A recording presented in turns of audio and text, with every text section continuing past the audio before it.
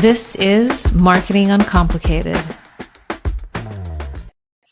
All right, everybody, welcome back. My guest today is Moe Choice, a powerhouse coach who helps ambitious solopreneurs ending under six figures grow into consistent 15K to 50K months without burning out.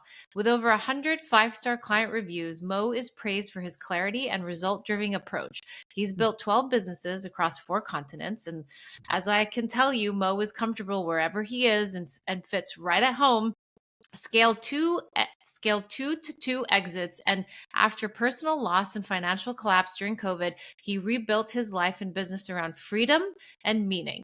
Now, through his 216 program and six-figure freedom framework, he empowers solopreneurs to design profitable, values-aligned businesses that they can run in just a few hours. Quick teaser: today we're diving into why most business advice fails solopreneur, what actually makes an offer convert, and how to stop being busy and start building true freedom. Welcome to the show, Mo. It's so good to have you. Thank you, Sasha. Thank you for the introduction. There's a couple of things to correct, though. I am a certified coach with the International Coaching Federation, but I don't coach really. I mentor, and I'll explain the difference if you want to. Okay, let's dig into that. The second thing is I left everything behind and lost everything in 2015. Rebuilt and then lost everything again in COVID. And then so you had two downfalls to then rebuild up again. Mm-hmm. Holy, that's really amazing though, that you keep coming back. well, I'm now, I feel like it doesn't matter. I was talking to Sarah about this the other day. Yeah. I'm like, anything can happen. I don't care. I can pick myself and go make money the next day. That's fantastic. You're really truly living that sense of freedom, as we're going to dive into. Yeah, right. Independence, right? It's real. Mm-hmm. If I can go hunt my own food, metaphorically, then I don't rely on anyone anymore. Well, it's the shackles that you've dropped from your mind, which really controls everything. See, you're a lot deeper than people think, Sasha? Yes, it's exactly right. It's exactly right. Yeah. You can go deep if you want, Sasha. I'm ready for it. I'm all about deep, so we can do that. But yes, it is the mind that controls everything. And I do like specifically that you use the word freedom, and a lot of people might consider it cliche, but there is a lot behind it. But let's take a step back in terms of your journey. I want to set the stage. You built 12 businesses across 4 continents and scaled 2 exits. But you've also faced bankruptcy, as we talked about, twice. So thanks for correcting me on that. It's okay. Burnout and complete wipeout during COVID. Walk me through that journey from building and losing it all. As you said, anything can happen and you don't care. Yeah. And what is rebuilding it with freedom at the core? So I've been made bankrupt once. I corrected myself actually, because I said twice before a few years, but I liquidated my company. Okay. And so that was a little bit different. But I don't know how much you can guide me on the detail. Yeah. I built a life that wasn't what I wanted. Exactly. So tell us like the path to freedom in terms of now when you said, anything can happen and you don't care because you can build it up again and you can start. Yeah. So how did you get there? Well, through lots of scars. Yeah. I figured out in lockdown that there's only 3 things we need to understand to be successful. How to position our value. And we can call that positioning, but it could be the value of your product. It could be your value if you're offering a service. It's the same as if you're looking for a job, by the way. How do you position yourself as the most valuable candidate? Absolutely, yeah. So positioning. Second thing is how to make a compelling offer. Right? That's really important. And we can go into that if you want. And then the third thing is how to learn how to go and get clients where the process is completely in your control. You're not waiting for things to fall into place or other things to happen. You can go out. The metaphor I use is fishing because it's the easiest one. If I need a fish, I can go take my boat to any lake and catch a fish. And so we can call that client acquisition if you want, but essentially it's outreach, right? How can I go and find a client and then persuade them to part with their money? And persuasion is probably the most important skill there. Negotiation, depending on what you're doing. But of course, if your offer is really strong, the negotiation becomes much easier too. And if your positioning is really strong, the outreach becomes much easier as well. So the framework's called POO. It's positioning, offer, and outreach. Yes. Position, offer, and outreach. And those are the three things that I learned. I learned the technical, scientific, psychological structure behind all three, and I started to teach that. And everyone who uses the framework can now make money from it. Yeah. And so I know I can, whether I open a bar or a restaurant or come up with a product There's a or just formula. sell a consultancy, it's the same framework. Yeah. We'll dive in a little bit about that psychological framework because I'm curious. Yeah. So Get deeper.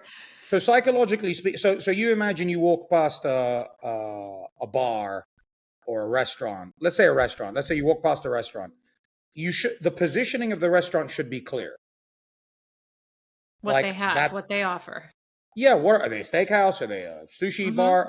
Is it intimate? Is it expensive? Is it for family? Is it, you know what I mean? Like that's positioning for me. Like I know who that's for. And of course, the people who it's for are going to say, that's for me, which is what you're looking for. You're looking for that resonance. That's for me. So psychologically speaking, people build trust. People have trust for you if they believe you exist for them.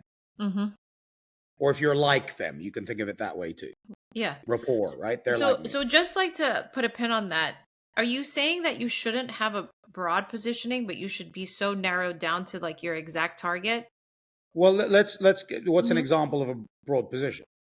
So you said that people will build trust as long as they know that it's for them, right? Yeah. So, and we're talking about a restaurant. So it is quite broad actually from a restaurant standpoint. So it's whether I like Chinese or Indian or Italian food, then that's for me. Okay, so let's stay on the broad. But if we were to go even more narrow to actual product or service that has a niche market, then they have to go more niche, right? Yeah, potentially. And maybe restaurant's a silly analogy for this because it's going to be depending on what you want that day, right? But it's the same thing. If you and I say, let's go to New York and let's grab sushi, right? We want to be able to say that's a sushi bar. And is that the type of sushi bar we want to go to? Yeah. Are we dressed for it? Yeah. Right? It's that kind of idea. So we know what it's for, right? I learned this in nightclubs, actually. It's like we know who the nightclub's for. It's that idea. Yeah. That's my crowd. That's my scene. That matches my mood. My personality. If there's any questions, I'm ignoring it and I'm moving on. Yeah. If there's any questions about any of that. So that's what I mean by position. Okay. Yeah. Got it. Okay. Yeah. So that's the positioning psychology. To build trust. The psychology behind an offer is it's the outcome. No one cares about the process. And let's stick to the restaurant analogy. Yeah. We go to the sushi bar and we order our food and the chef comes out and says, before I bring you your food, I'm going to explain to you the process and how we did all this and how we sourced the ingredients and how we prepared it and who prepared what and where they were trained and who did what. And it's like, I don't care. Just get back in the kitchen and bring me my food. Yeah. We don't care about it. It took me so long, Sasha. People might be listening to this going, is he dumb or what? Maybe. It took me so long to understand this. So and then when I started to, I have to ask a question. I mean, are you saying that the story behind maybe a certain brand, which maybe most people would be interested, are you saying it no longer really matters from an offering standpoint? When does it matter? When were people interested in Steve Jobs? When? When were they? You think about a music band. You think about a music band, right? You listen to a song and you go, I like that song. Do you go and research who that band is? Probably not. You listen to the song, you buy the song. You might even go to a few concerts first and then go, let me figure. And I know this because when I used to go to concerts, people would sit there in the crowd and go, has he always been the front man? And where do they come from? Do you know, are they British or Canadian? I'm like, you don't know fuck all. You just spent $500 on this band and you have no idea who they are. Yeah. Because no one cares. Because the outcome is the music, the enjoyment of the music. It's not he's from Seattle and he grew up and they met at university. No one cares about that, really. Yeah. So I'm going to challenge you again. So there's the author Simon Sinek who wrote Start With Why. And why is your story, right? So are we talking? Okay, so we're not talking about the same thing. Why is your purpose? Okay. So please, let's differentiate that. A lot of people get this wrong with Simon Sinek. They come and say to me, he means start with why is your purpose. It's why you exist. And a purpose. So Simon Sinek's purpose statement is to inspire others to do what inspires them. Yes. So that together we create a better world. That's his purpose statement. Yes. Right? But no one knows that. You ask anyone who even claims to be a Simon Sinek fan, what's his purpose statement? What's his why statement? They don't know. You can test that out yourself. Yeah. Right? Because no one cares. And then also, no one knows anything about Simon Sinek. Ask them. It's true. It's true. Is he Canadian? Is he American? Is he British? He's actually British Canadian, by the way. What did he do before? No one knows. No one knows. Is he qualified? What brands did he work with? No one knows because no one cares. You know, I have a cohort now. They all paid me $7,500. Yeah. To work with me. $7,500 up front. Yeah. And I sat with them, and to make this point, I said, what do you know about me? No one knew anything. Yeah. These are people that have paid me collectively have paid me $50,000. Yeah. And they have no idea about anything about me. Where I'm from, brothers, what did I graduate? What did I do? Nothing. Zero. Yeah. And that because your positioning is strong? Well, I think, first of all, no one cares. Yeah. Let's be honest. Like, who cares about you and your story? And I think, again, if I wanted to learn about someone, it would generally be long after I've given them lots of my money. Yeah. It's true. Now let's sit down and find out who's really behind this, who has been super successful. Yeah. So, because I have now he's helped me solve my problem. Mm-hmm. Now it's the same with Hormozi. Like, no one knows Hormozi's originally Iranian. No one knows Hormozi went and worked for Merrill Lynch. Yeah. Was it Merrill Lynch or I think it was Merrill Lynch. No one knows this stuff. I'm saying no one. They just know where he sits now. Yeah. And then they give him thousands of dollars and have no idea who he is because no one cares. Yeah. It's psychology. It's the same. You say my favorite, you can list your 5 top restaurants. You won't have a clue what the name of the chef is. No. A clue. Yeah. This is the person who's cooking your food. Yeah. Who's designed the menu that you say makes it your favorite restaurant. Who designed the restaurant? Yeah. Who was the interior designer? Right? No idea.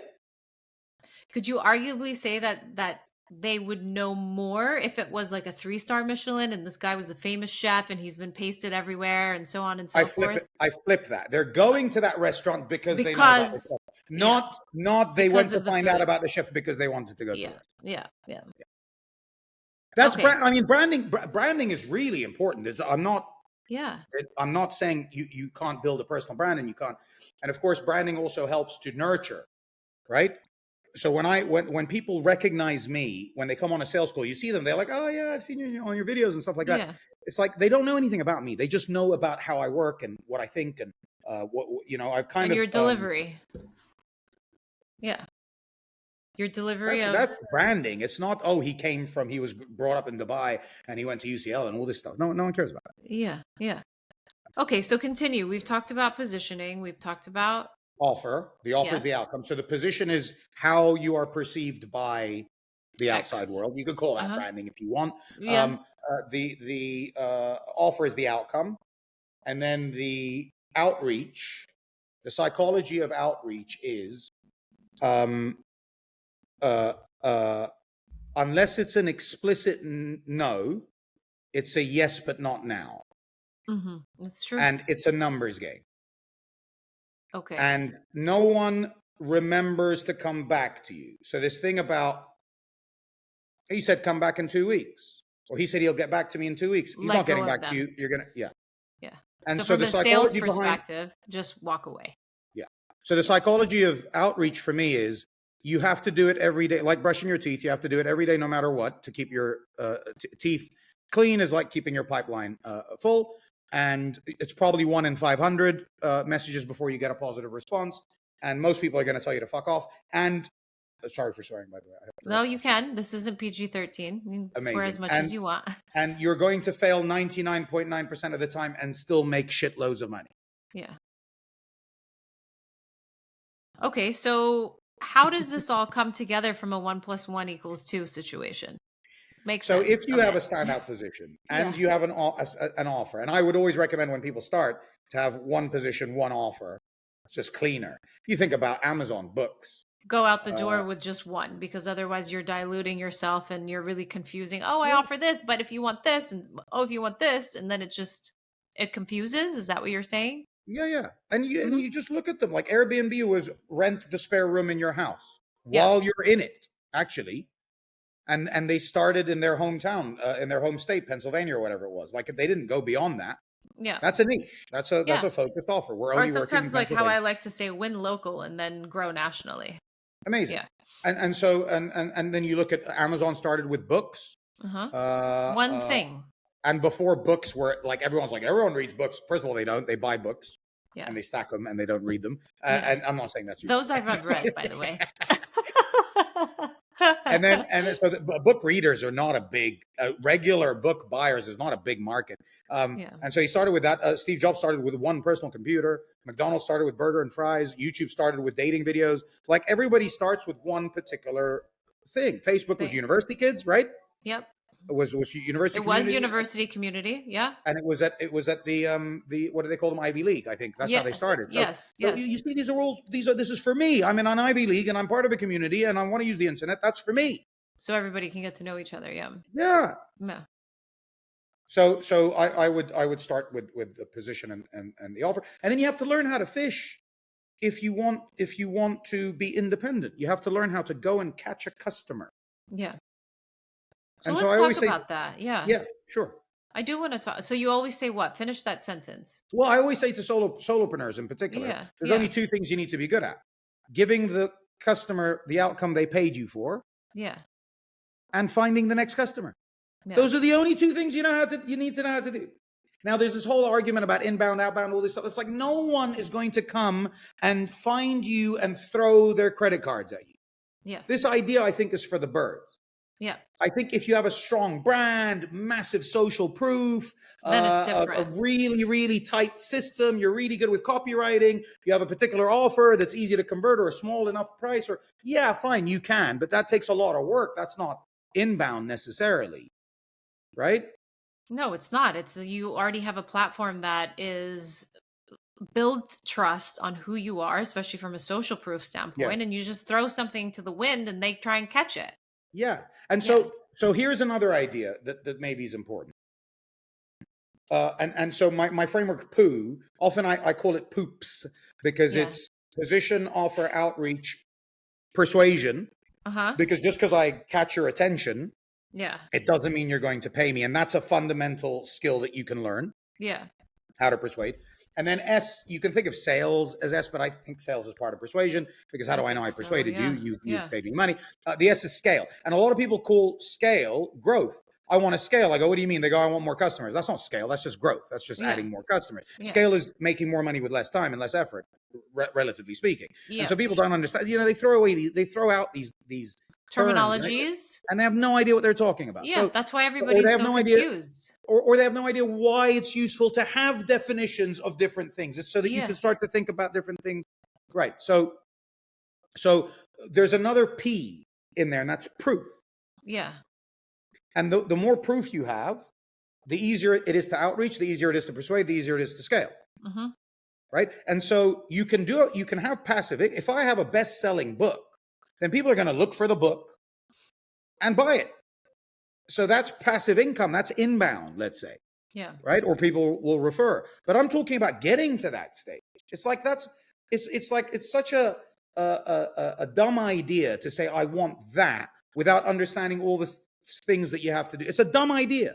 And it's one that's been sold. It's a lie that's been sold. In my opinion. I agree.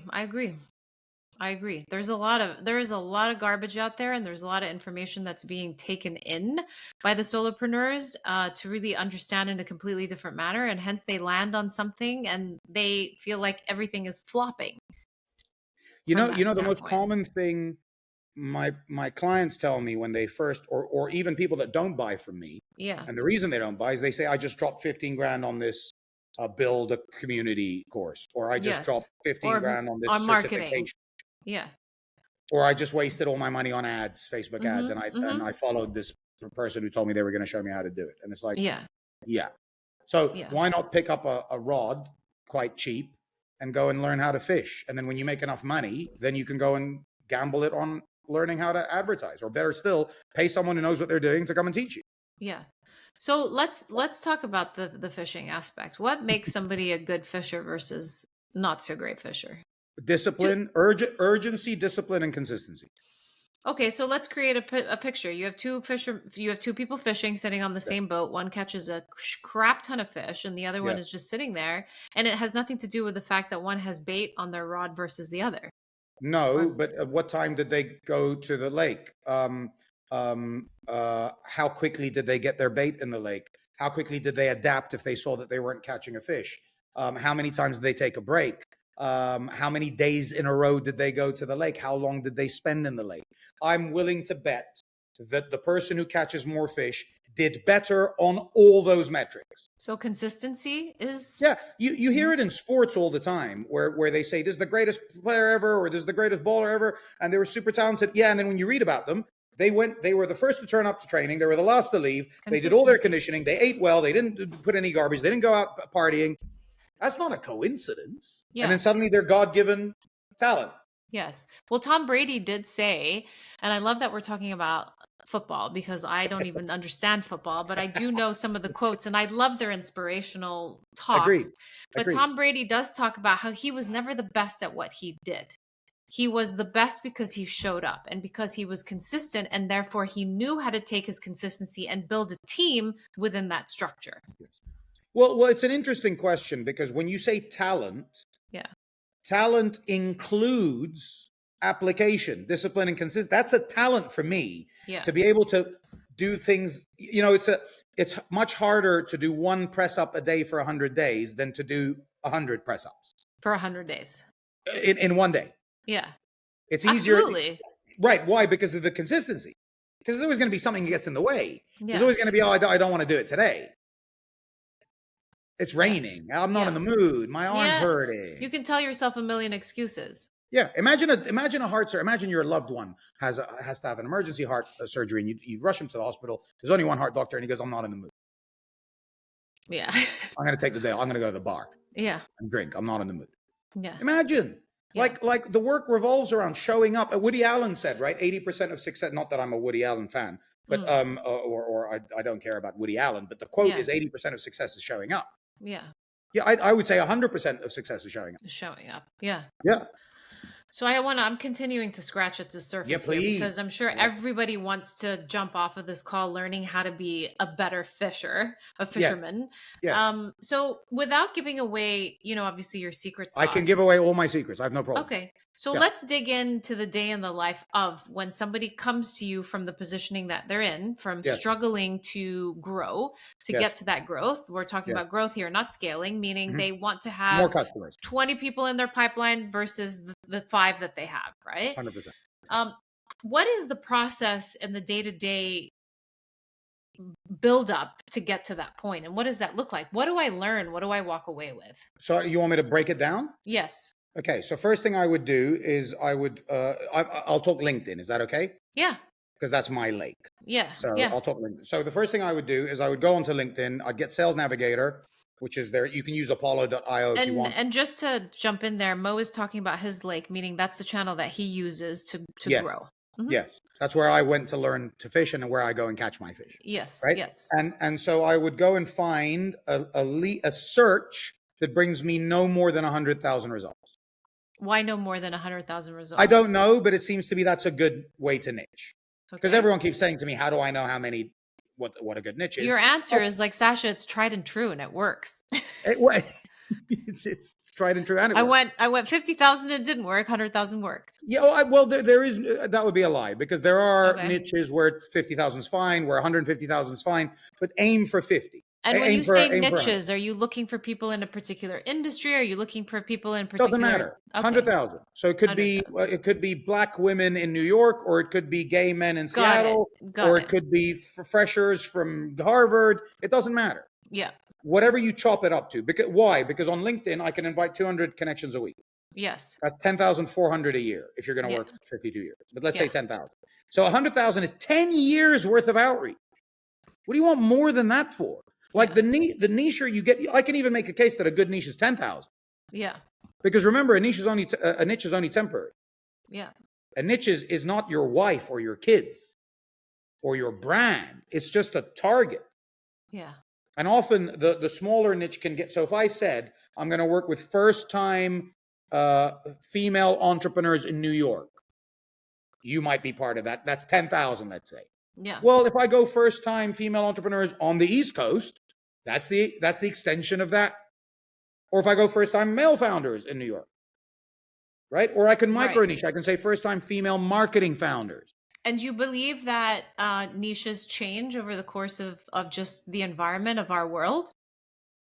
Is that what you're Uh, saying? It's just a target in time? no. Okay.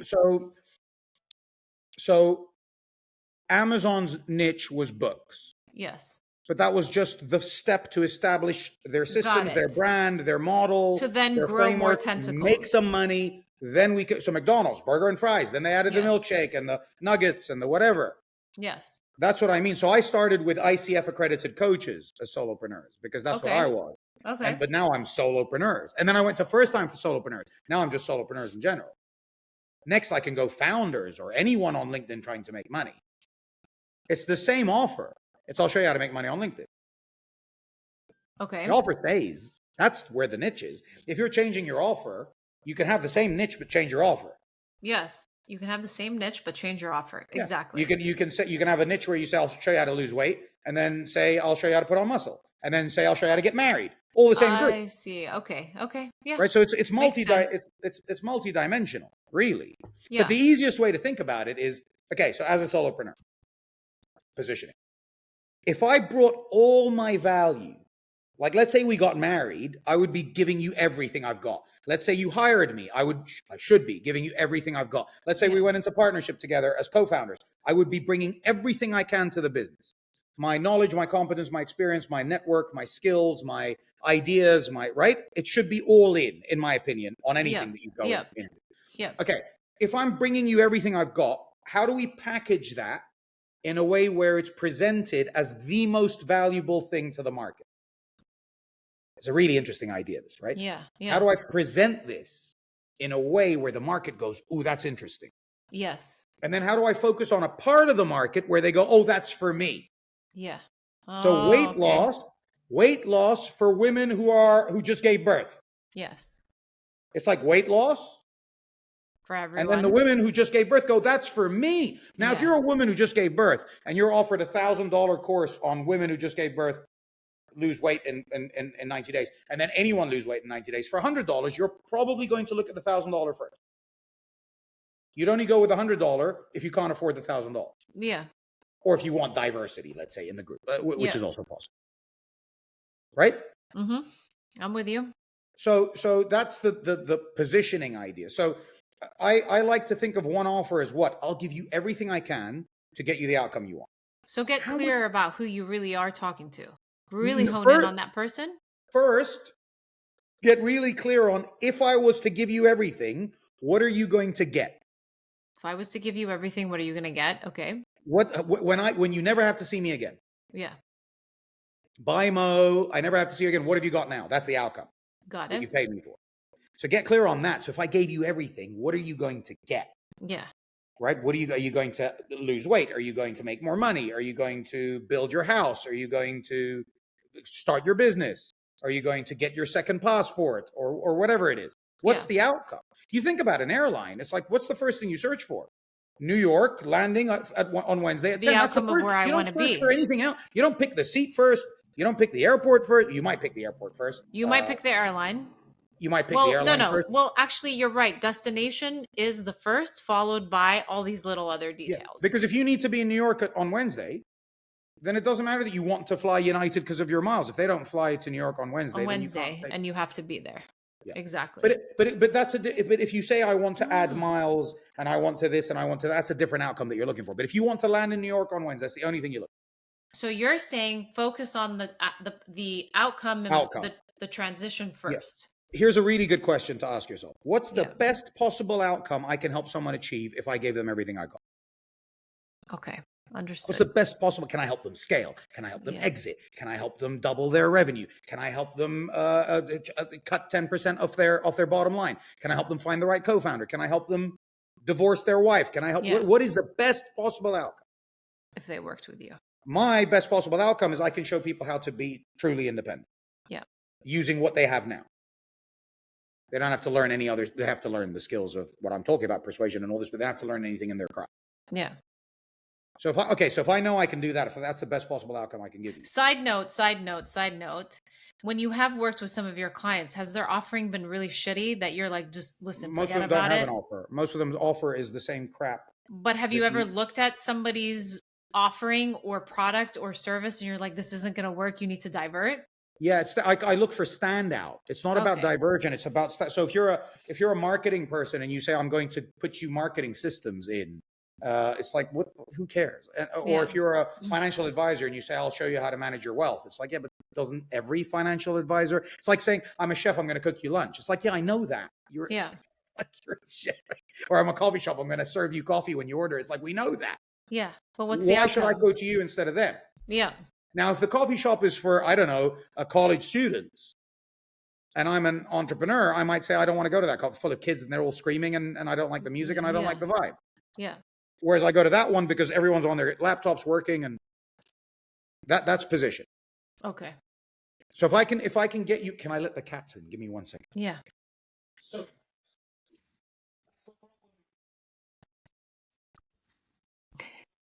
So you can't call them in No.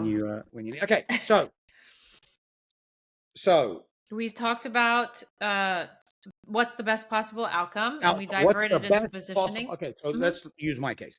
If the best possible outcome is I'm going to show you how to create a life of independence, doing what you love with the skills that you've got already, right? You don't have to go and get any new certifications or any new whatever. And you're going to be making at least 50% more than you would be in a salary job. This is really important. And you're going to be working less hours, right? That's a compelling offer now. Okay, now I can decide who do I take that to? Because I can target anyone with that. I can say anyone with a job or who's trying to make money. I can say, I'll show you how to make 50% more money than your salary. Yeah. Anyone. But I have to choose. Am I going to go for people at work already? Am I going to go for people who are already building their side hustle and they're trying to get out of work? Am I going to go with people who are already out of work? Am I going to go with the people who've been struggling for 6 months or the people who just left? These are all different groups. All of them, which means the structure of my offer, the way I deliver the outcome to them is going to change. Yeah. Because I can't do a midday group session on a Wednesday if they're all at work, for example. True. Right? So all of those details, they don't care. You know what the most common thing is, Sasha? I sell live on a masterclass. I'm going to offer your guest this masterclass. Yeah. I'm going to tell you I'm going to sell something at the end. Because most people, when they come to my masterclass, say, how can you help me? So it's like, I'll show you how I can help you. You pay me some money and I'll help you. Yeah. We sell live, 15, 18 grand live on a call. Yeah. And they get on the onboarding and they go, I don't know what I bought. And I go, what do you mean you don't know what you bought? And they go, I don't know what I bought. All I knew was you said you were going to show me how to make $15,000 a month on LinkedIn. That's all they know. So you hypnotize them. Well, I don't talk detail. Yeah. I don't. So imagine I said to you, we're going to go to my favorite restaurant. What is it? It doesn't matter. You're going to have a great meal. It's going to be great. So you're in. I'm in. Great. Yeah. Yeah. Let's But go. that's a lot to get somebody to spend that kind of money, though. Yeah. But that's the psychology I'm talking about. Okay. Because everyone spends too much time talking details and no one gives a fuck about the detail. No one So you cares. lose them. You lose them. No one cares what knife you used to cut the fucking vegetables when you were preparing my food. No one cares. Lost in the details then. Lost. And then the more detail, the more objections. Oh, I don't like, oh, you put capsicum in your, I don't like capsicum. Oh, you use this kind of knife. I don't like that kind of knife. Oh, your chefs aren't trained in Lausanne or whatever. It's like, why? Yeah. Why? Focus them on the outcome. You're going to have the best time of your life.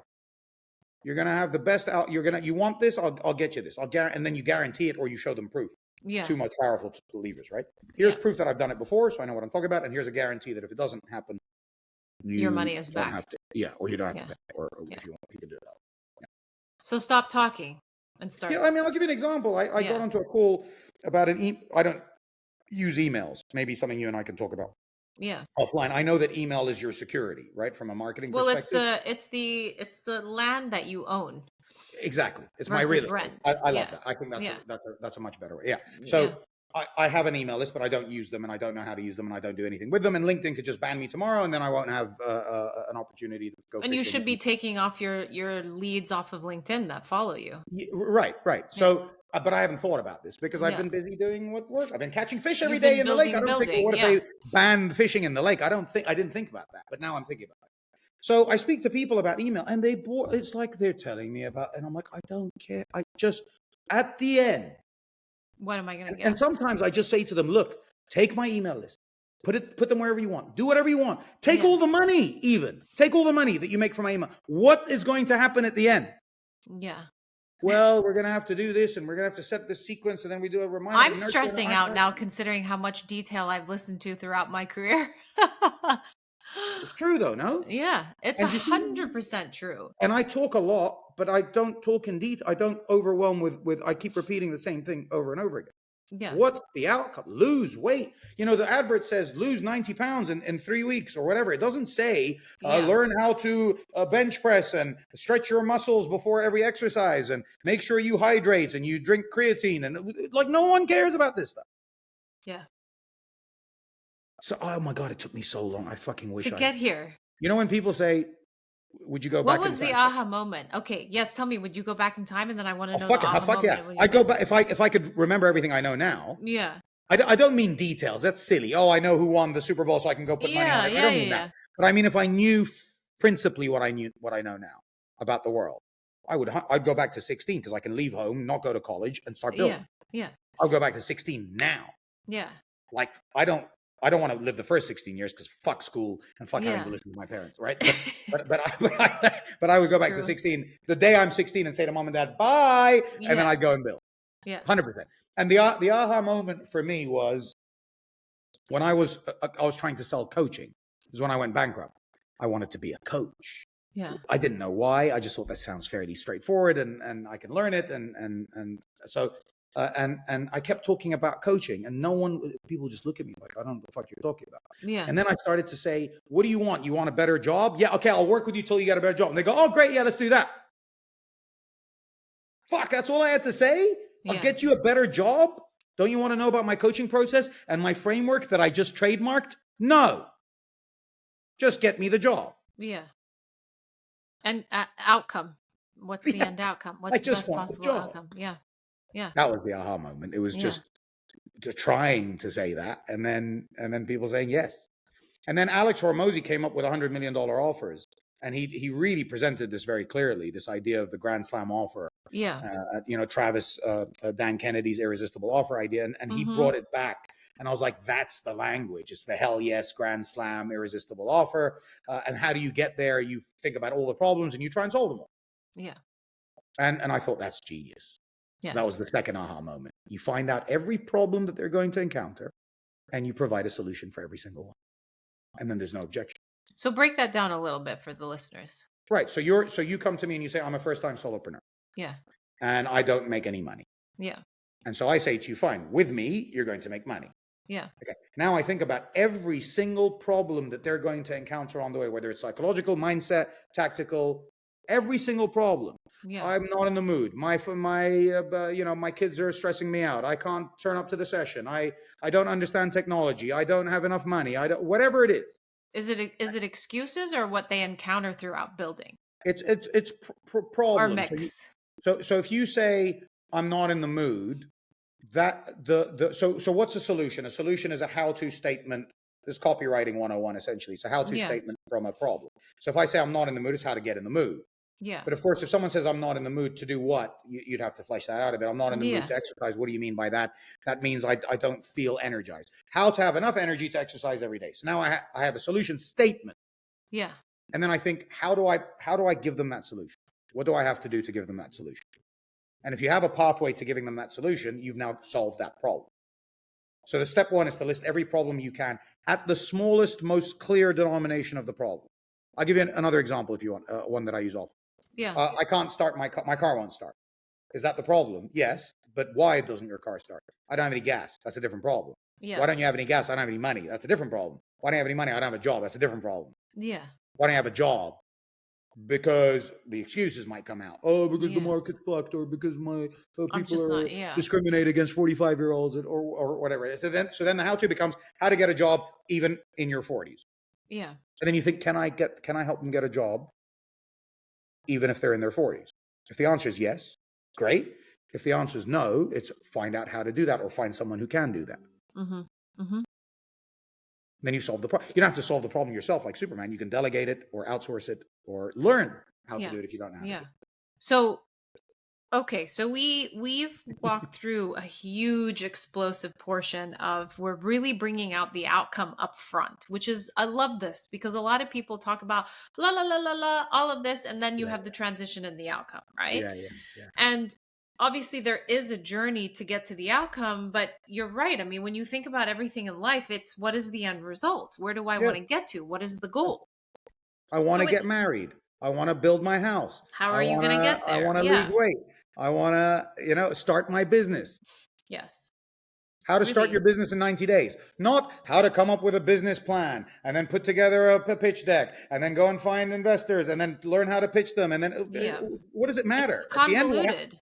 yeah. Yeah. And it's just a lot of noise for no Yeah. reason. Here's a good test, Okay. Sasha.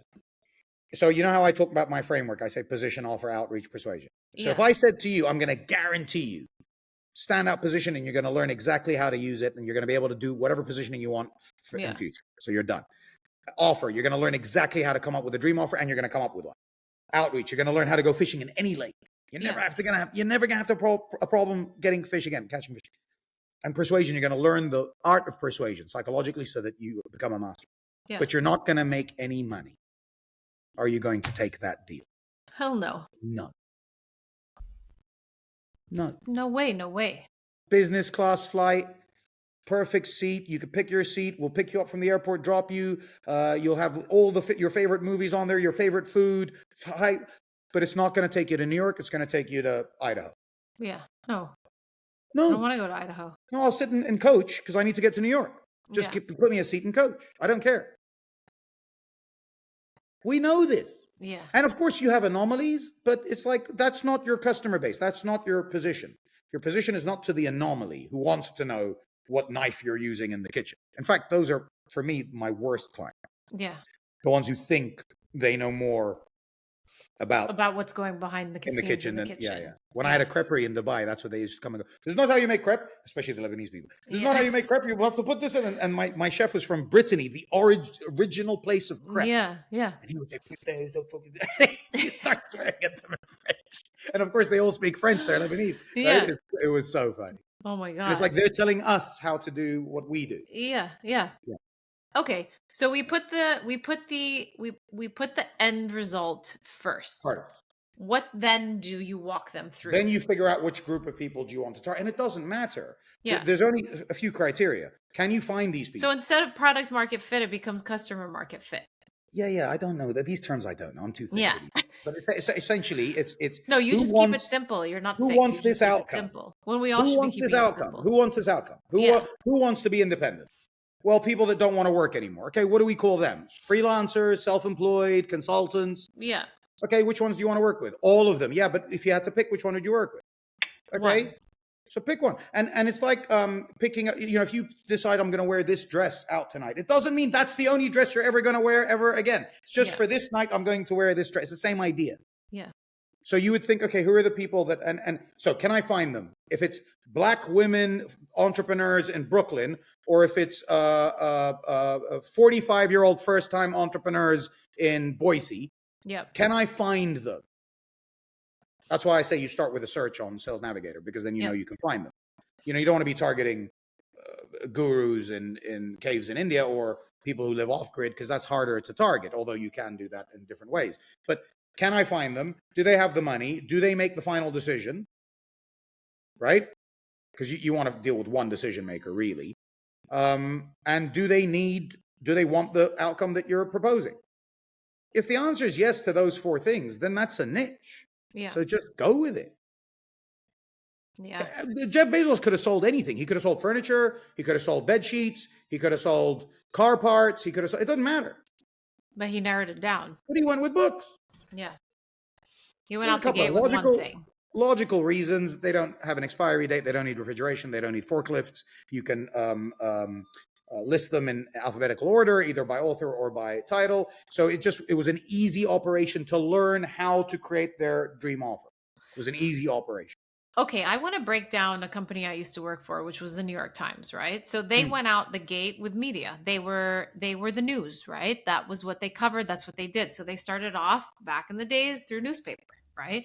And then they grew into the app, and then they grew into online, and so on and so forth. Now, yeah. when I got on and I jumped on board, they then built a trajectory to build out other arms of revenue to attract other different niche clientele. So the crossword app was for people who highly enjoyed the crossword app. Maybe that was the only thing that they decided to Older focus people, on, let's say. Let's just say right? older people They with more didn't buy time. Yeah. into the news, but they bought into the crossword app. I So they diversified see. portfolio. So what do you think about that in Didn't they terms of, come up with Wordle? Wasn't that New York then Times? they bought a bunch of games, Yeah. right? Because then Yeah, they I saw that a like big market was in the gaming industry. They also got into the business of wine. But what did all of this go so back to? This niche. went back to, we are in the business of educating. We're not in the business of wine. We're not in the business of gaming. We're Fine, not in the business of fine, travel, any of fine. this stuff. But if you do it with us, we'll make you that much smarter in wine and travel and But the gaming. And outcome is you're going to be smarter. yes, How we do it and who we target is determined by the niche. by the offering. Yeah. But I think that's super because for me everything I'm going to do is to teach. So when you look at the why, let's go Yeah. to the why. So Yeah. my why statement, my purpose statement, is to empower people to live life on their own terms. Yeah. So whatever I do, whatever niche, whatever offer, whatever product, whatever service, it's to empower people to live life on their own terms. So I might create an app where people can swap houses or, you know, travel easier or whatever. It's still the same idea. Yeah. It's still the same fundamental. And this Steve Jobs. Steve Jobs' 1984 advert didn't talk about the computer. It was that lady with the short blonde hair who threw the sledgehammer. Do you know what I'm talking about? At the screen. It's a super. It was Vaguely, yeah. the first $1 million advert. Ridley Scott directed it. It was on the Super Bowl. Steve Jobs is actually Oh, famous. yes, yes, yes. I remember now. Yeah, Steve Jobs Super is Bowl. famous Why for are we making back the to the Super Super Bowl. Bowl? Steve Jobs is famous for making the Super Bowl ad a thing. Steve Yes, Jobs, yes. people don't know that either. So that advert was about what? It was about this idea that I'm different and I'm not going to fit in with the crowd. I'm not going to be a sheep. I'm Yeah. going to break free from the shackles. I'm going to do what I want. Everything he did was designed about that. The computer took you out of a corporate. The laptop allowed you to move and work from anywhere. The Yeah. iPod meant you didn't have to carry it. You could listen to whatever music you wanted, wherever you wanted. Anywhere. Yeah. The The phone, you iPhone could meant you could live your life from one device. anywhere. Yeah. Everything was aligned to break free from the status quo. Even the way he dressed, he'd come out in Yeah. a t-shirt and jeans and trainers. Yeah. Break free from the status quo. He lived his brand. It wasn't putting something on show. Yeah. Yeah. That's amazing. Okay. Yeah. So we went into positioning of the end result first, then we go into Offer. connecting the dots to your target audience. Yes.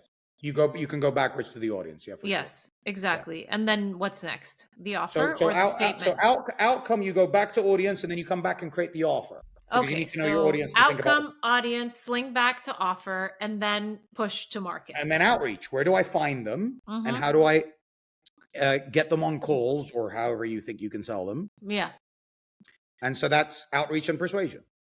What have you learned from outreach and persuasion at that tail end So to optimize to ensure that you have higher results as you're going out for outreach? it's Because a you say number. it's a numbers game. It's a numbers game. Yeah. But obviously, if you have a shit outreach, then the numbers game isn't going to really help you. Yeah. For sure. So the sequence, I call it caca. Yeah. And so the sequence I use is, and the sequence I use, I know what that means. Poo and caca. You say everything's Yeah. fucking shit in my Yeah. life. So you Everything connect is with shit them. until you get to the result of being completely free. Then it's all Yeah, roses right. and It's all cream the shit puffs. you eat on the way to Yeah. getting the result. Yeah, Yeah. 100%. This Yeah. is one of the lines I use, Sasha. I say, no one cares about your process. They will tolerate your process if they believe you're going to get them to where they want to be. You will Yeah. tolerate the airline and the bullshit fucking taking off my shoes and having to stand like an idiot and get x-rayed Because of the and end have to pay result. $5 for a bottle of water. And Yeah. you'll tolerate all of that if you believe they're going to get you to New York. Yeah. Right. So Kaka is connect. Now, why do we connect without doing anything else? Because your profile, your position should qualify them. Yeah. If your profile says, I will help you lose 90 pounds in 30 days or what. Yeah. I'm getting it the wrong way around. I think 30 pounds in 90 days is more realistic, right? Yeah. If I'm going to help you lose 30 pounds in 90 days, that's my headline. When I reach out to connect to you, you're going to look at that headline and go, I don't want that, or that's interesting. Yeah. So we test the positioning with the outreach. You just connect. Once you connect, they accept the connection request. Then you go into their profile, right? You acknowledge them. Thanks so much for connecting, because that's just a nice thing to do. I learned this in retail, which is where I started my career, right? When you walk into a store, in retail, we say you have to let them land in the space. Yeah. So you don't just jump on them and go, hey, would you like to see our new collection? And what are you here for? You wait for them to come in, you smile and nod, you acknowledge them, and then you might compliment them. Hey, I like your shoes. Yeah. Or, I like your dog, or cute kid, or you break the ice. Yeah. We do the same thing in this. We connect with them, acknowledge them, thanks for connecting, and then we compliment them, or we can challenge them, but we can compliment them in a personalized way that shows that we took time to look into their profile. This is a cheat code. Yeah. Isn't that what the kids call it? A cheat code? This is a cheat code. Why? Because no one fucking does it. And if you don't believe me, go into your messaging sequence on LinkedIn or wherever you are, or go into your emails. No one and does look at it. the number of cold messages you get and score the personalization on that. Well, they all sound the same. And the reason why you're saying that it's interesting to do that is because that person in the end feels seen. You've taken the time. I love that. So seen, safe, and stimulated. I learned this from the advertising industry. Yeah. Seen, safe, and stimulated. They want to feel seen, which you're talking about. They want to feel safe. How do you make them feel safe? You show them that you get them. Yeah. That you understand their world. So in the acknowledgement, you can find an anchor. I could say something like, hey, Sasha, you're in New York. My brother's in New York. Yeah. That makes you feel safer with me. Yeah. Yeah. Right. But I could also say, I looked into your, that post that you wrote, Sasha, about how it's really important to focus on the outcome. That's my philosophy too. I've been banging this drum and you go, fuck yeah, he thinks the same as me. You feel safe. Yeah. Right. So that's the personalization part. That's the C, the caca, the compliment. Yeah. And then the A is the advance. You then advance the conversation on the back of the compliment. And usually I advance with a simple question. Are you using LinkedIn to make money? Or are you using LinkedIn to generate leads, or whatever it is that I think is going to stimulate the conversation? Yeah. Are you using your content to generate leads? Whatever it is that I see that I think is useful. But if I went with a generic, and you can, because it makes you go faster, are you using LinkedIn to make money? Are you considering losing weight in the next 3 months? Are you looking to start a business in the next 3 months? Are you looking to get married in the next year? Are you looking to the outcome? Yeah. And they say yes or no, because you want to give them an easy question. They don't know you, so give them a yes or no that they don't have to think about. Yeah. Right? Don't ask them what's your philosophy on life, or you know what I mean. What's your strategy for in the next 10 years, or some shit like that. They have to think about. So, and then the minute you're looking for engagement, the fish to take the bait. When they engage with you, then you go into Alex Hormozy has a AAA process that's bang on the money. Acknowledge, associate, ask. So you would acknowledge, you'd say, thanks for getting back to me, Sasha. You would associate, I have a client just like you. She's also based in New York. She's also got her own marketing agency. She also used to work for and then it makes you feel safe. Fuck, he knows my world. Yeah, acknowledge, associate, and ask. And ask. And then always, this is what people so forget, always put the ball back in their court. Yeah. And my goal is to get them on a call as quickly as possible, because that's where I close the best. But some people may need to engage more, and they might be able to close on the message. But you're following, so it's caca, right? Connect, acknowledge, compliment, advance, and when they respond, AAA every single response. Acknowledge, associate, and advance. And if you want a pro tip, or ask, and if you want a pro tip to that, mirror and match them. Yeah. So if Sasha says, thanks, Moe, 3 lines, and then regards, I would mirror that. Hey, Sasha, 3 lines, best regards. I would mirror that. That's another little NLP trick. Tidbit. Yeah. To build trust real quick. Yeah. Caca. Caca. I love it's all the shit before you get to the beautiful stuff. That's really clever. I never thought of it that way. Yeah. I used to say, just get your shit in order. Yeah, it's true. Yeah. I'm telling you all, anyone who's listening to this, just go do that, and you're going to get better results than you've been getting. Yeah. Oh, quick thing. How many messages should I send? Okay. So if you're sending 200 connection requests on LinkedIn, 200, right? A week, which you should do. You should be getting the screen on LinkedIn that says you have run out, you've reached your connection request limit. You should be getting that screen. Yeah. I make them screenshot it and send it And to me. and how long, at what point should you delete that request? Is it 1 week, 2 weeks that somebody doesn't respond so you can Three clean weeks out? maximum. Okay. It depends on who. If you're targeting CEOs, they might be a bit slower on LinkedIn, Mhm, so you might mhm. want to give a So bit 1 more month, time. let's say, If you're max. targeting people that are on LinkedIn, I go like a week. Yeah. If Well, they have it. But 3 yeah, weeks maximum. That's yeah, the height, yeah, right? 200 connection requests, you should be getting at least 60 connections from that. yeah, If you're getting less than 60, that's 30%. There's a problem with your headline or with your niche, yeah. right? So you should be getting 60. 80 is a good number. So let's say between 60 and 80. All you have to do is compliment 40 of them. Hmm. 40 of them, you spend 5 minutes on each profile, which is plenty when you get into the rhythm. Yeah. That's 200 minutes. That's 3.5 hours. So I tell everyone to block off the first 4 hours of Monday morning, and your And target you're is to responding. compliment 40 Yeah. of your new connections. So none of this, none of, is any of this process done through AI? Yeah, we do the, not AI, we Connect? use automation. So we feed the 10,000 leads of the year into an automation sequence. It will send out the connection request, so 40 a day. So you split the 200 over the 5 Yep. weekdays. Yeah. 40 a day, it will send it, and then when they accept it within 48 hours, it will send them a thanks so much, Sasha, for accepting. Yep. And then it comes to me because personalization wins. Now, Yep. AI can personalize, and it's getting much better, but it's still quite expensive. But I think by the end of this year, not only will you be able to personalize really well with AI, you'll be able to send a voice note in your tonality Yeah. with the personalization, I think, Yeah. by the end of the year. Yeah, probably. The problem with that is people will get desensitized to it because they'll know. Well, yeah, I think with the route that people are going, probably in that sense, is looking for more authenticity because they're going to be hit so much with AI, knowing that they're not actually talking to you and I. That's why I send voice notes. But like I'm saying, I think that's going to die. I might just send a video. But again, that's going to be easy to replicate soon You're too. sending voice notes on LinkedIn? Yeah. Okay. You can do that on your phone. Mm-hmm.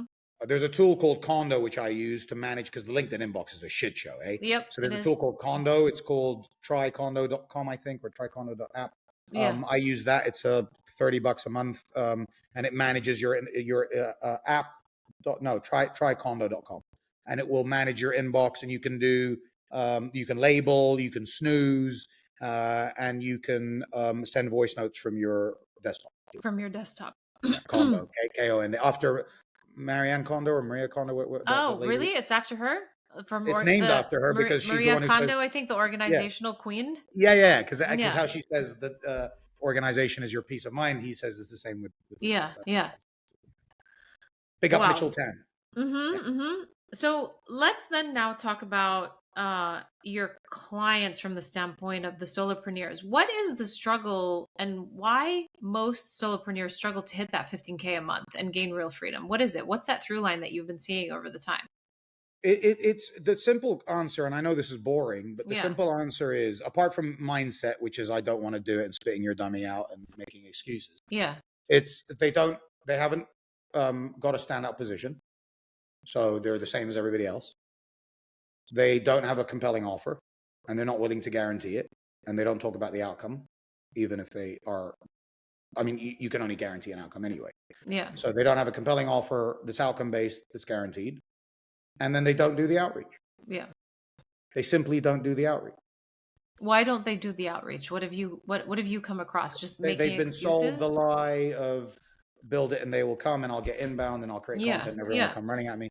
Or It's they interesting you say that because I think a lot of what we see in marketing when working with clients to get to market is this fall flat of, oh, well, we just opened the floodgates. The floodgates should start opening because I just launched. I launched. It's like, no, now is like the testing and learning, and now is the real work. yeah, The work doesn't stop. exactly. They Yeah. fear rejection is a common thing, so they Yeah. don't want to. They feel awkward. They don't understand. There's this Gary Vaynerchuk video that's so funny. I love Gary Vaynerchuk. Yeah. And he's like, and this guy's like, dude, I'm trying to look for investors, and Vaynerchuk says to him, go on LinkedIn and send out messages. He goes, dude, I am every day. I'm sending messages and I'm getting nothing. He goes, how many messages have you sent so far in total? And the guy goes, lots. He goes, like, give me a fucking number. How many messages? And he goes, 25. And Gary Vaynerchuk goes, 20 fucking 5? Are you out of your mind? You need to be sending 500 messages a week. What do you Yeah. mean 25 in total? Yeah. That's right. That's right. So they're It's just not 100 doing messages. the work. Yeah, you're just not doing it. And Yeah. it's entitled, we have this joke. Actually, someone who comments on my post on LinkedIn gave me this Yeah. idea.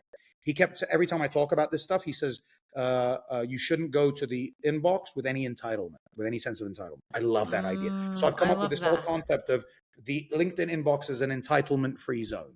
You are not entitled to that person giving a fuck about you, your value, seeing you, feeling safe with you, being stimulated by you. You have no entitlement to that whatsoever. But you are entitled to messaging the fuck out of anyone who's connected to you. You Yeah. are entitled to follow up with them. You are entitled to send out 200 connection requests a week. You are entitled to acknowledge them. You are entitled to compliment them. You're entitled to all of those things. But you're not entitled to anyone giving a fuck. Yeah. That's like a mic drop. Yeah, but Yeah, it's true. it is true. It I took mean, me a that's long time. yeah, that's a huge mindset. I do want to dive into mindset, but let's just talk about this concept of like the busy being busy trap. I really want to I really want to dig into that, and If because if so you're many not ambitious people get stuck there. if you're not in the lake with your bait with your rod and the bait in the lake, what are you fucking doing? The Yeah. only excuse, apart from health Yeah. and health of a dependent or health your health, apart from that, if you have customers, the only excuse to take you out of the lake is to deliver to those customers, Yeah. right? So if you don't have customers, you have all day to sit in the lake and try and catch fish. Anything else is busy being busy. Anything else, Yeah. literally. Yeah. Going to Alex Hormozy's book launch, reading a fucking book about the mom's test, figuring out AI agent. All this is fucking bullshit. You have to go. Imagine you were starving. Like, imagine the metaphor was real. You were starving. Your kids are starving. You're Yeah. starving. No supermarket. Yeah. What are you going to do? You have Yeah. to go catch fish, catch food. So is that trading? So is that how you stop trading time for money? Because No, okay. no. That's to do with how you deliver the offer. Okay. So trading time. So let's say I do. So I busy, start. let's just finish on the busy Yeah, being busy. So busy yeah, yeah. being busy is where you're You actually do things that are on the scale of on the highest opposite of what you're impact. supposed to be doing. Well, you can look at it as a scale. So the highest Yeah. impact to make money.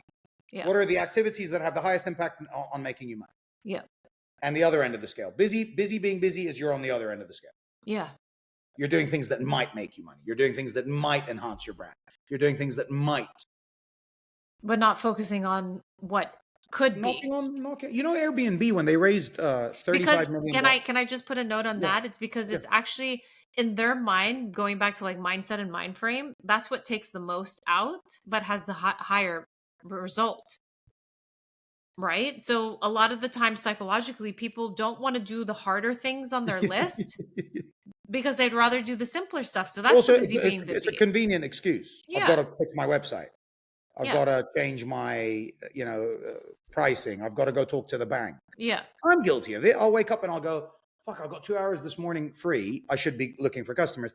Oh, you know what? I'm going to do my tax thing. I could do that later. I could do that while I'm watching the football. Why am I Yeah. doing that now? Yeah. Mhm. It really rolls into time management too. I think so. Time Yeah. protection, I call it. Time Right? protection. I like So I that. say to people, protect your first 4 hours on Monday to do Yeah. the 40 personalizations, and then protect the first 2 hours of every day Yeah. to follow up and do more personalizations and find more leads and all that kind of stuff. Yeah. Yeah. That's Okay. that's 16 hours. That's 2, 4, 6, 8, 12 hours a week. 12 So hours. my rule is the amount of outreach you do should equal the amount of client delivery that you do. So if you're doing 12 hours of outreach, you should only be doing 12 hours of delivery. Okay. As That's a a 24-hour solopreneur, work that week, makes which is sense. what Yeah. I'm on. Which is what I'm on. Yeah. And I'm at 50,000 a month, by the way, Yeah. from only LinkedIn outreach. Yeah. I'm doing 12 hours of outreach, 12 hours of delivery. That's it. So when you talk about time for money, I used to do one-to-one. I used to do lots of Yeah. different programs. Now I have Busy one being program. busy though, in some sense as well. Kind Yes. of. Yeah. Yeah. But Yeah. I now have one program that's Yeah. delivered at the same time every day for And 2 that's hours. it. Yeah. And everyone goes into that's how you trade your time. And Time then of for course I money. can consult for people. I can deliver workshops. Because you're hitting more on mass versus one to one, which is the being busy Yeah. situation there. And you're basically not trading time for money at that point. Yeah, but let's be clear. Like, Yeah. if you haven't got any money, just Yeah. fill your calendar with. Oh, there is a caveat to that. Yeah. A lot of my clients also will say, I was doing great and now I'm not. I go, well, explain that to me. Yeah. Well, I had loads of referrals and, I just left the New York Times and I had lots of contacts there and they all gave me clients and great. And then, well, that's all stopped now. Okay. What have you been doing pipeline wise in this past 6 months? Oh, we haven't done any outreach. Yeah. The metaphor I give for that is you've gone to the hygienist who's cleaned your teeth and now you're like, great, I don't have to brush my teeth for 3 months. Yeah. It's like, no, you have to brush your teeth every Yeah, day to absolutely. maintain. So you have to do your outreach 2 hours a day to maintain. So whatever you're doing, if you're prepared to work 40 hours a week, block off 10 hours for outreach. So your capacity is now 30 hours. If you want to do 40 hours a week, then add another 10 hours, make it 50 hours. So it's up to you how you want to do it. I recommend 30 hours, 25. I recommend you cap your delivery at 24 hours a week. And the rest out of 40 goes to outreach. Outreach, yeah. And no one's going to work 40. Let's be fair. No one's going to work 40. We're not fucking Elon Musk here. We're not going to work 40 hours a week. But some do that, being busy. Yeah. Or I daydreamed for, you know how much time that takes, by the way, people don't realize? Like you sit and you think about a problem for an hour and you're like, oh, where's the time gone? It's like you were thinking about a problem for an hour. You didn't do any work. You didn't, no progress. Yeah. I once came across somebody on Instagram actually, and he said that he only has one screen so he doesn't go ADD and start jumping on other screens and changing and flipping and so on and so forth. And I noticed I do that because I have two screens and I'll be working on one thing, something pops into my head and I'll open up that browser and then I'm completely off my first task. Yeah. That's a really, that's a good realization. Because I get distracted too. The other thing is, I mean, there are tools like the Pomodoro timer and where it's like 20 minutes, I'm only going to do this and then take a break and then come back. Yeah, exactly. I agree. I agree. Look, so people, I think I can get to $100,000 a month just on outreach. Yeah. I think I can, working 24 hours a week. That's my target and I'm halfway there. What happens beyond that, I think a delegation is the key. Yes. I don't want to look at my inbox at all. Because it actually, I read somewhere it takes up like 12 hours or something, like 10 hours from your week just dealing with your inbox. Probably, right? Yeah. And it's like I want someone to come and say, Mo, there's a message for you that you need to handle, rather than I'm going to sift through all that. Yeah. I don't want to be dealing with that. I don't want to be dealing with the payments bounced or your things changed or they've invoiced you wrong, or I don't want to be dealing with any of that. Yeah, I just want to be turning up to sales calls and sales and client delivery. That's all I want. Yeah. So I want to go back as the last question in terms of your positioning statement, and in the sense of like you're empowering people to really get to the end result of building the dream of, or building the life of their dreams through freedom. So let's talk a little bit through that, and please repeat your positioning statement once again, as I completely butchered it. The one on LinkedIn that I use. What is the end result of everything that you do? I mean, at the macro level, it's you're going to be doing what you want, when you want, with whoever you want to be with, from wherever you choose to be with in the world. That's at the macro, living life on your own terms. At the micro, it's you're going to be able to make more money than you've ever made, or that you can possibly make as an employee, or that you've ever made as a solopreneur, on less hours, working only with your dream client. What does this mean for you personally? It means that I wake up in the morning, I look at my calendar and I go, fuck yeah. What a fucking day I've got coming up. Yeah. That's what it means. I mean, it's like, that's the definition of success, no? That you wake up, I think Steve Jobs said that, if you wake up every day feeling like it wasn't the day you wanted to have, then something's wrong. Something has to change. There's something like that. Go back to bed and start it all over. Yeah. So like for me, it's I want to wake up every day super, super looking forward to the day I'm about to have. And being able to have everybody else feel that way when they wake up in the morning. Oh, I'd love that. Yeah, because how do you solve the biggest problems in the world? Poverty and war and hatred and vengeance and all this stuff. How do you solve it? Everyone is living life on their own terms. Yeah. I don't buy into this. If you got to live life on your own terms, you would be malevolent. I don't buy this idea at all. Yeah. I think everybody would just want to go and enjoy themselves and do good work.